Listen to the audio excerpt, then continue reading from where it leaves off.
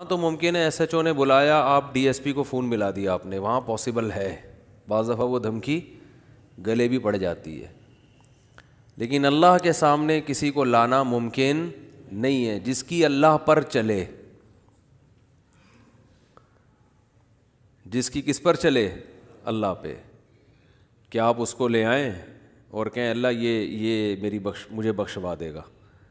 تو اللہ نے فرمایا فلیاتوا بشرکائہم, لاؤ نا, ہمیں بتاؤ تو صحیح کون ہے جو ہمارے مقابلے میں ہے, ہم بخشنا نہ چاہیں اور وہ کیا کر دے, بخشوا دے.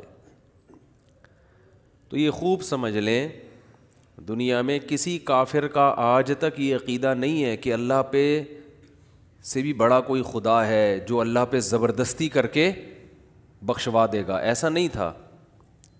بلکہ ان کا یہ عقیدہ تھا کہ کچھ لوگوں نے اللہ کی عبادت کی, اللہ کے محبوب بندے, اللہ کے فرما بردار بندے ہیں, تو اللہ ان کی بات رد کر ہی نہیں سکتا. یہ اللہ نے گویا اپنے اوپر لازم کر دیا ہے.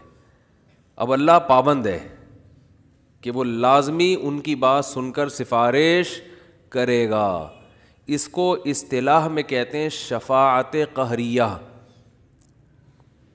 زبردستی والی شفاعت, کہ بس اللہ ان کی بات کبھی بھی ٹال نہیں سکتا. تو اللہ نے اس کی نفی کی ہے کہ ان کو لے آؤ, کون ہے جس کی بات میں ٹال نہیں سکتا, ایسا کوئی بھی نہیں ہے. سمجھتے ہو کہ نہیں سمجھتے؟ آج کل بھی یہ شرک بہت مارکیٹ میں پھیلا ہوا ہے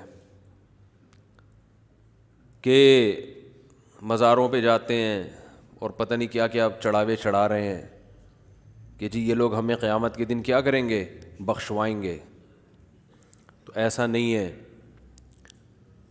ہاں یہ ضرور ہے کہ نیک لوگ اللہ سے شفاعت کریں گے, دعا کریں گے, اور دعا میں جیسے دنیا میں اللہ کو یہ حق ہے کہ چاہے تو قبول کر دے اور چاہے تو مسترد کر دے, تو یہ قیامت میں بھی ہوگا کہ نیک لوگ اللہ سے گزارش کریں گے, دعا مانگیں گے کہ اللہ فلاں کے حق میں ہماری شفاعت کو قبول کر لے.